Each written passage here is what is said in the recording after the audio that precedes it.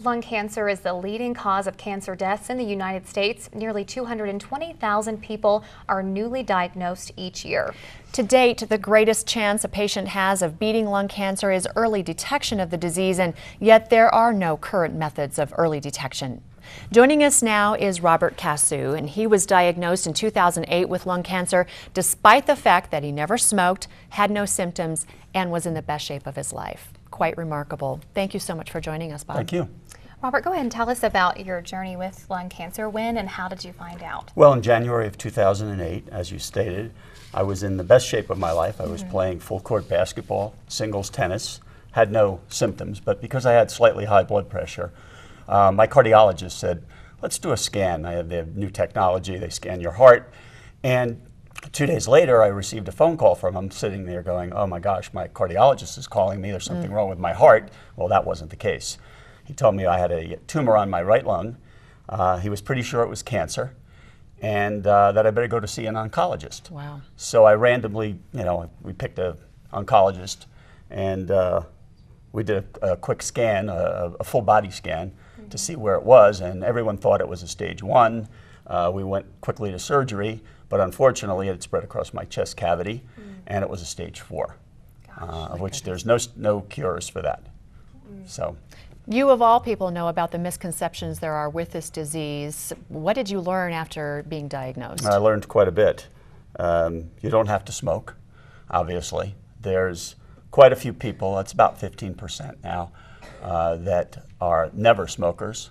It's about 65% now that are newly diagnosed that are never smokers, or they've quit, sometimes years before.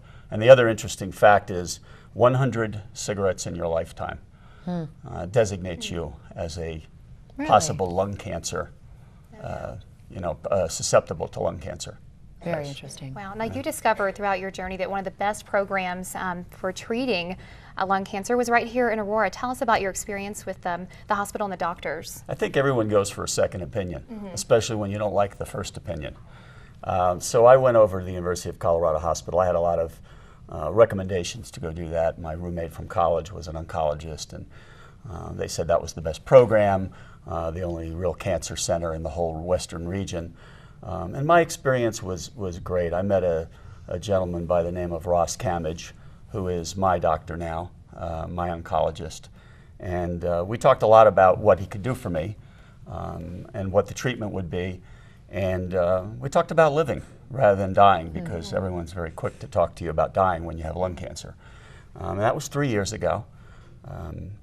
They typed my tumors for a certain type of mutation, which I had, which was good because there's a medicine for it. And for 3 years, I've been cancer-free. Wow. That's fantastic. Yes. You are cancer-free, and now you're participating in an event called the Gift of Life and Breath Run Walk event. It's happening on May 21st this year. Sounds like you've come full circle, but tell us why this event is so important and why you're so attracted to it. You stated that early detection is really important.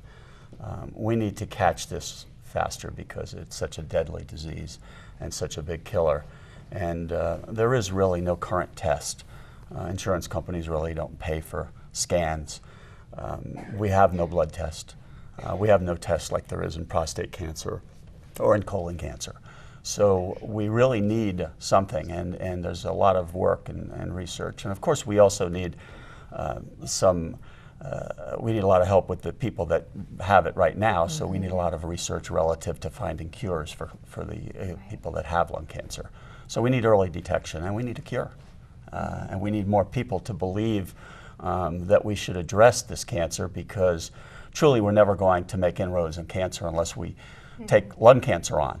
And no one really does that because of the stigma of smoking. And you've proven that it doesn't have to be that issue. It doesn't have to be that's for sure. Smoking. Well, thank you, and we certainly wish you more success in your remission, and thank you. And look forward to seeing you at the event. And again, thank you to Robert Casu. The Gift of Life and Breath Run 40 event takes place on Saturday, May 21st at the Anschutz Medical Campus. Registration opens at 8 a.m. and the race begins at 9.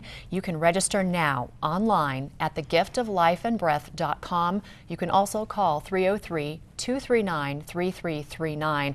Of course, the mission is to raise money to fund continued research in finding an early detection method for lung cancer.